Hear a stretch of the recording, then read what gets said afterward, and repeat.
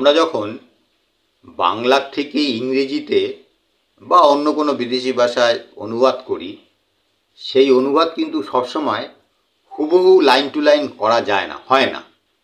যেমন উদাহরণ দিয়ে যদি বলি যে আমি যাইতেছি, আই অ্যাম গোয়িং, তাহলে আমি যাইতেছি তার ইংরাজি আই অ্যাম গোয়িং খুব সহজে হয়ে গেল, একদম হুবহু অনুবাদ করলাম। কিন্তু যদি এইরকম একটা বাক্য আসে যে প্রত্যহ এই 1.5 ঘন্টা কাল অতিশয় বিদ্যাভ্যাস করার পর রাত্রি 9টার সময় আমরা যখন শুতে যেতাম, তখন মা সরস্বতী নিশ্চয়ই ঘরের চৌকাঠ পর্যন্ত আমাদের এগিয়ে দিয়ে যেতেন। এই যে সম্পূর্ণ বাক্যটা বললাম, এই বাক্যটাকে যদি হুবহু অনুবাদ করা হয়, তাহলে ইংরাজিতে, আমি ইংরাজি নিয়েই বলছি, যে কোনো ভাষা বা ইংরাজি, আমি ধরুন ইংরাজি নিয়ে বলছি, তো এইটা যদি হুবহু ইংরাজিতে অনুবাদ করা হয়, তাহলে বিদেশিরা সেই ইংরাজিটা পড়ে আসল মানেটা বুঝতে পারবে কি? মা সরস্বতী চৌকাঠ পর্যন্ত এগিয়ে নিয়ে যাচ্ছেন, কি অর্থে এটা বলা হয়েছে?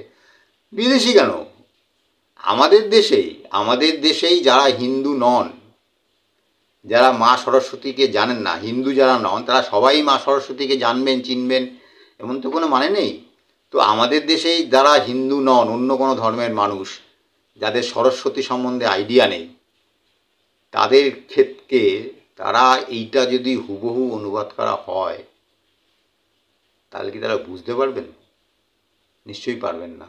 কারণ এটি যে ব্যঙ্গ অর্থে লেখা হয়েছে, লেখক ব্যঙ্গার্থে এই লেখাটা লিখেছেন, এবং এই লেখাটার মানে কি আমি এখানে ব্যাখ্যা করছি না, সেটা ব্যাখ্যা দিতেই পারি বা ডেসক্রিপশন বক্স লিখে দিতে পারি, কিন্তু আমি এটা করছি না। আমি এটা আপনাদের জন্য রাখলাম, আমি পাঠকদের জন্য রাখলাম, পাঠকদের একটা খোরাক দেওয়া, পাঠকদের একটা টাস্ক দেওয়া।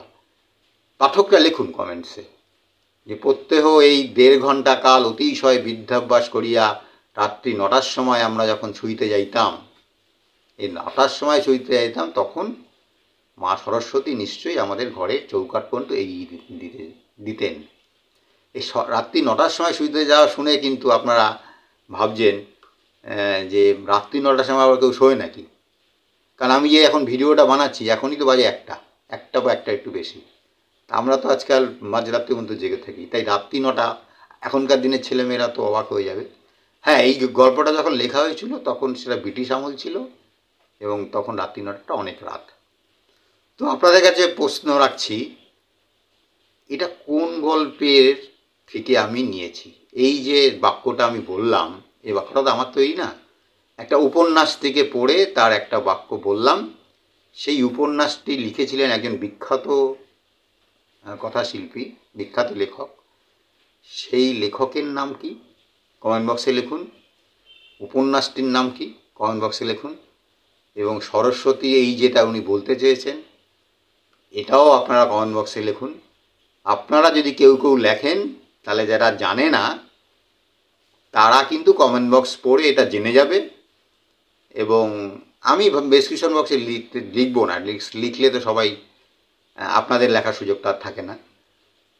তাহলে কিন্তু ভালো লাগবে বুঝতে পারলে। আদারওয়াইজ কী বলছে মা সরস্বতী আর চৌকাঠ পর্যন্ত এগিয়ে দিচ্ছে, কিন্তু এর মানেটা বুঝতে পারলে তখন কিন্তু ভালো লাগবে। আমি ইংরাজি অনুবাদ নিয়েও কয়েকটা ভিডিও বানাবো, এবং এই একই লেখকের আরও কিছু উক্তি নিয়ে আমি ভিডিও বানাবো, দেখবেন।